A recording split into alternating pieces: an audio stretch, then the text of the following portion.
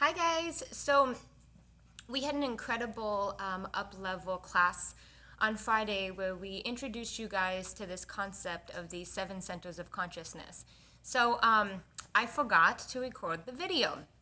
And so what I would like to do, I know that we have a lot of people requesting to be on the next up-level class. However, I really felt like this information that we gave last week was so pivotal to understanding this week's topic. And so I did want to go back and give this class again on video so that those of you guys that were not able to attend could get caught up.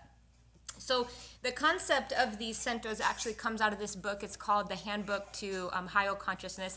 It's by Ken Keyes. I believe I'm saying his name correctly. And these are essentially the centers that he introduces us inside of this handbook. So we have our security center, our sensation center, our power center, our love center, our cornucopia center, conscious awareness center, and then our cosmic consciousness center. So I want to talk to you guys a little bit about these centers. What I found fascinating was I have studied the idea around chakras, and that our body has seven chakras. And what I found very cool was that the seven centers that Ken talks about is actually in so much alignment with the chakra concept.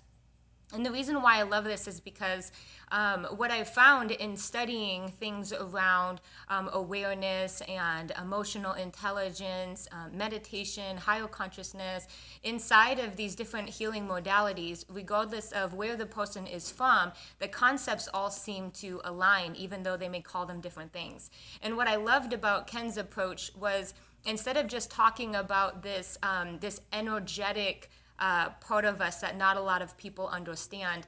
He relates the seven centers to our brain, which I feel like most of us, are operating from that brain mentality. And so I love the way that he breaks these down. Now, the best way that I can explain these centers, first let me back up. Our brain is like a genetic computer. It is fascinating what the brain is able to do, the way that it can take in all of the input that we get every single day. I mean, the universe is constantly just giving us stuff in our awareness. And our brain's job is to filter through what we're being exposed to and to figure out what is important, what isn't important. Our brain has memory. Our brain can learn, it can grow, it can develop, it can learn new concepts, it can learn new languages. Our brain is just an incredible resource. But a lot of people don't understand how their brain works. The brain is not perfect. It has some stuff that can come up.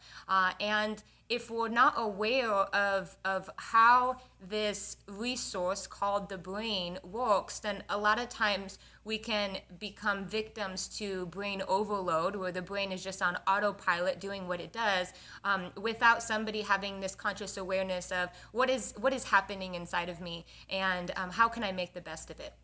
So I love Ken's approach of breaking this down for us so that we can get a handbook for higher consciousness, for our brain, and to understand more about how it works, how conscious awareness works, and the different things that we can experience inside of these levels.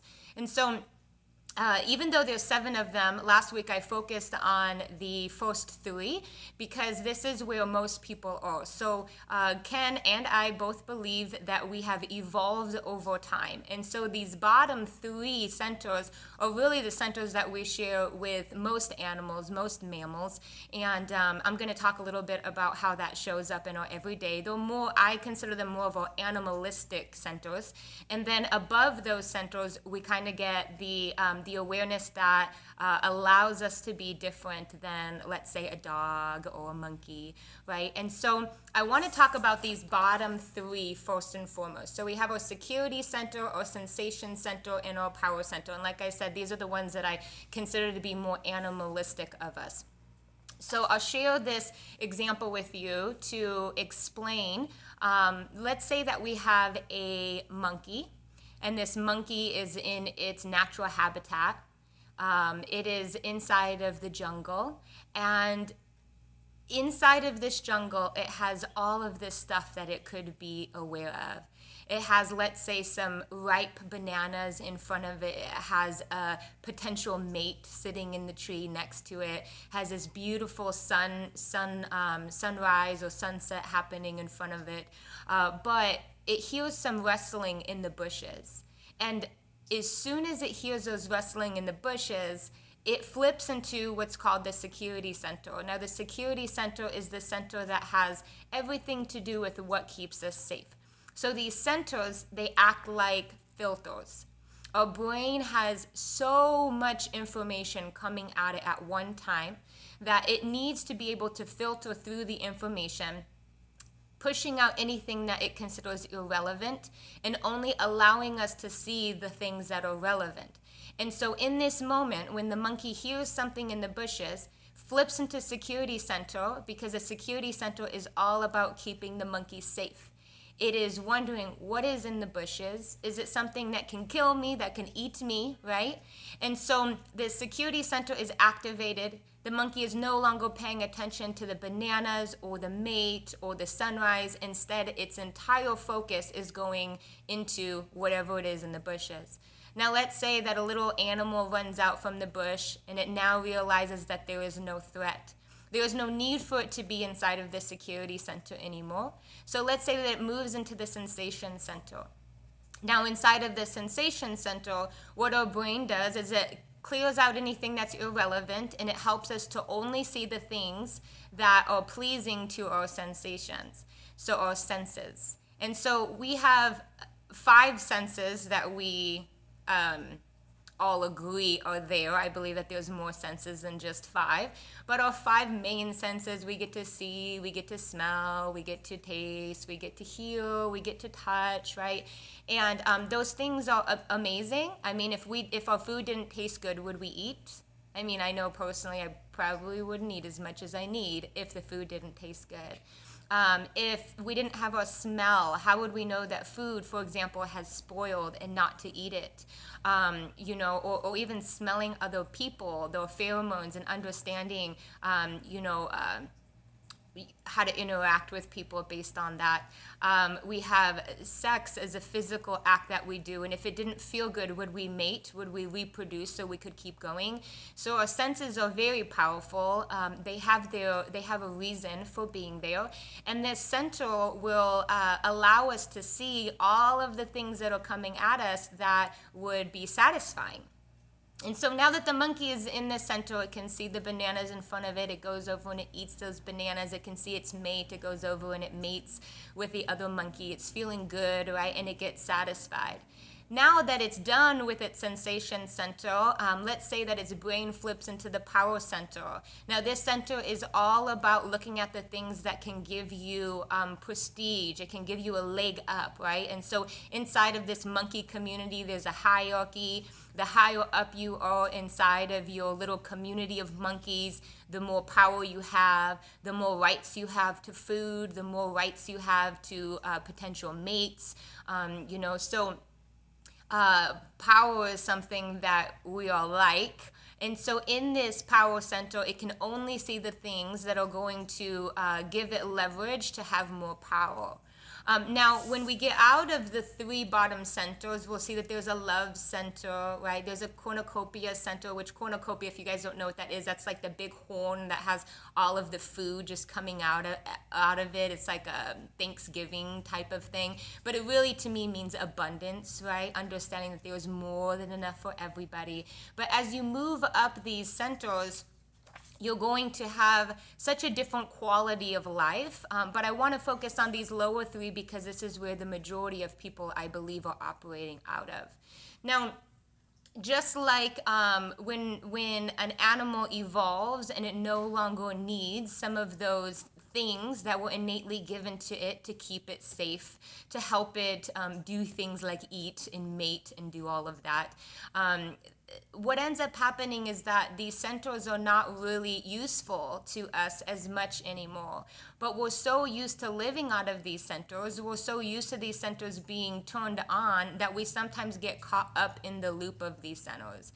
And so if I'm stuck in the security center, let's say, which security brings about feelings like fear.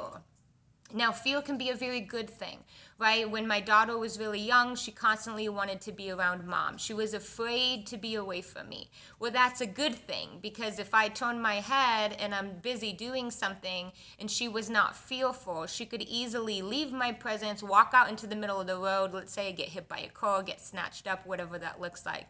And so that fear for her is innate, and it's actually designed to keep her safe.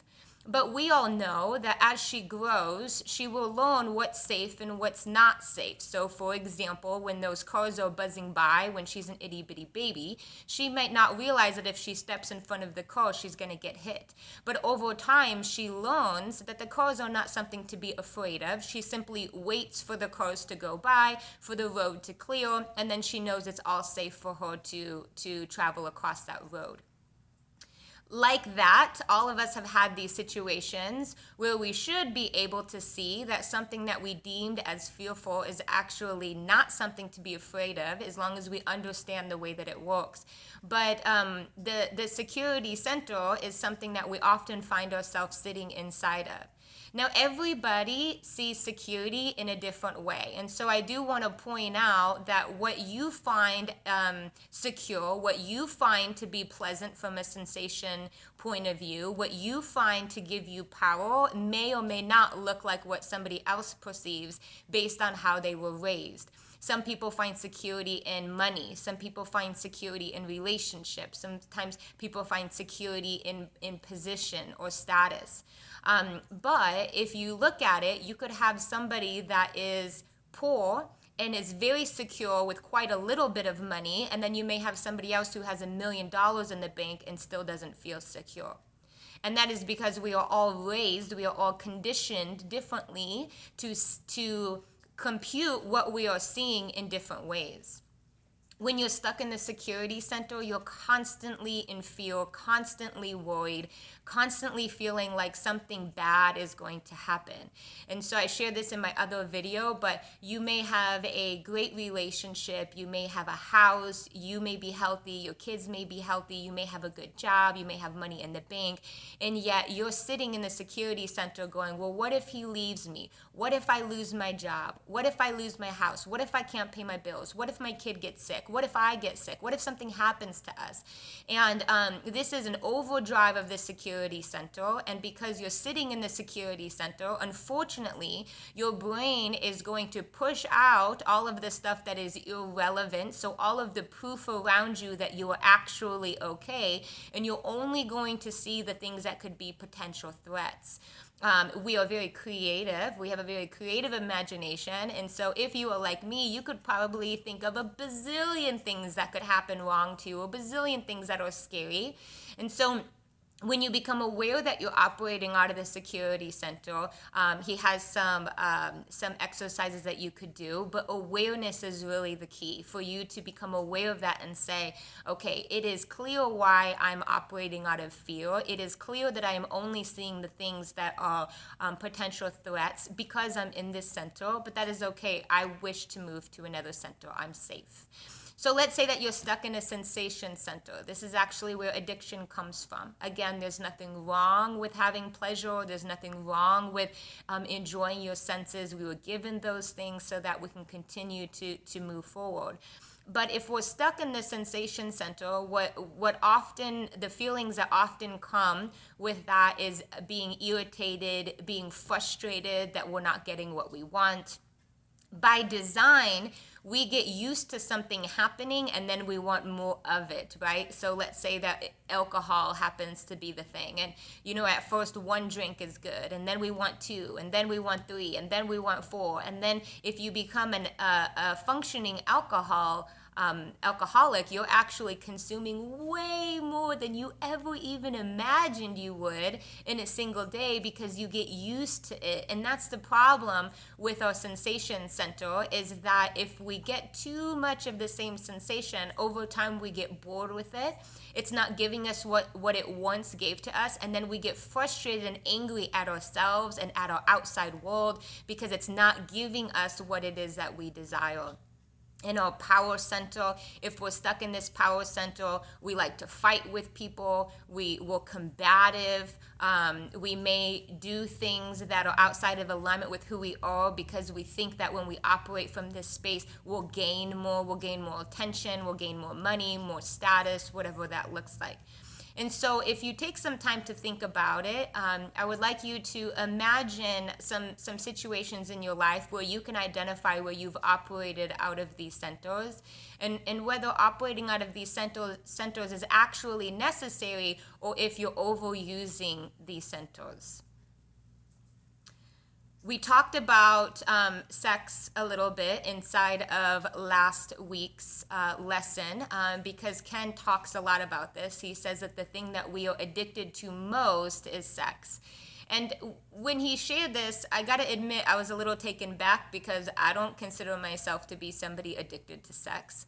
But he broke it down in such a way where he was able to really challenge us. And he said, everything you do, the way you look, the way you dress, the way you speak, the way you carry yourself, all of that is done from this place of wanting to be attractive to the person that you wish to be sexually intimate with. And when he said that, wow, I was like, that is so true. When I've identified that I like somebody, I will operate from that space. How does he like me to wear my hair? How does he like me to dress? Is he noticing me? If he says he likes red lipstick, all of a sudden I'm trying on red lipstick, right? And it's because our need to be attracted to a mate is built into us. That is one of the things that we have innately in us so that we can continue to reproduce and populate, right? So understanding that there is a need for these things is different than allowing ourselves to succumb to them without any awareness whatsoever. So in this class, we talked about these three centers. We shared some examples of how we saw ourselves operating out of these three centers. We talked about the good when we operate out of them and the not so good when we're operating out of them. But mostly, I want to bring awareness to these centers because the next four centers are pretty spectacular. I've lived from the space of these centers before. It's not like a hierarchy where it's not like levels, right? Where you're like, oh, I was here and now I'm here and now I'm here and now I'm here and then I'm just stuck here forever. That's not the way it is. We drop in and out of these different centers as our brain sees fit. But because next week we're going to be talking about these higher centers, we're going to be talking about the good that comes from them, the satisfaction, the peace, the love that comes out of these centers. It is super important that we start to have some awareness about what center we are operating out of and what centers we could potentially choose to operate out of instead. I had shared that these centers are like filters before. It's an easy way for me to understand them, where we take a picture and we throw it through a filter, and the filter will highlight certain things inside of the photo. It will change the way that we look at that photo and what we notice inside of that photo, right? And that's all these centers are different filters for us to look through to make sense of what we're looking at, to prioritize all of the information that we're inundated with. If you just sat back for a second and looked out, think about the thousands of things there are to look at, thousands of things that we could notice. There's different sounds that I'm picking up, right? And the brain's job is to decide what's most important. I saw this when happening inside of my own life during different times. I'll share an example. I used to be a very heavy sleeper. In fact, I'm still a heavy sleeper. And even though I could fall asleep with the TV on, no problem, when I had my daughter and she was in the other room, if she even so made a peep, a little cry, boom, I was out of sleep and going into her room to check on her. If somebody was jiggling my front door in the middle of the night, I could hear it, wake up, and go look for it. Why? Because my brain was telling me that these things are important, to pay attention to these sounds, because it believed that these sounds were a threat, that something could go wrong. You're in a crowded room and somebody says your name. You didn't hear anything else about their conversation, but they say your name and all of a sudden you perk up because your brain has already identified that your name is important. and for you to recognize it. So two things I want to leave you guys with. One is that our awareness of what is happening in our brain is super important. We are given these brains, but we're not given handbooks. Nobody tells us how to use them. Just imagine if you were handed a computer for the first time and said, do all the things that you can do with this computer, but you didn't even know how to turn it on. You didn't even know how to look for the programs. You didn't even know how to operate Word or PowerPoint. Could you really use it to its full potential? No. So learning about the brain and becoming aware of the way that your brain works is absolutely important. And the other thing that I want to point out is your conditioning, how you were raised, what you've already logged as important, aka your name or specific sounds. It completely changes the way that you view the world around you, what your brain allows you to pick up on. And so if you were raised in a home that was negative, that always looked for the negative, always focused on the negative, unfortunately, you've been conditioned to do the same. If you've been in a situation where you were raised to constantly believe that you are poor, that money doesn't grow on trees, that this is just the way it is, unfortunately, that is all you will be able to perceive and see. And so through challenging yourself to become aware of these things, through dropping your guard, dropping your defenses, and opening up your mind to the fact that there may be another way for you to be living, for you to stay conscious, you could completely change your entire life. So this Friday, we're going to be talking about sex and love from the perspective of these centers. And then the following week, we're going to talk about those top 3 centers. So I'm super excited. I hope you guys join us. Again, these classes are held live online through a Zoom app at 7 p.m. Mountain Standard Time. Anyone can join. They're free to join. The goal here is just to create awareness and help people feel better. So I hope you guys are having a wonderful day. I'll talk to you soon.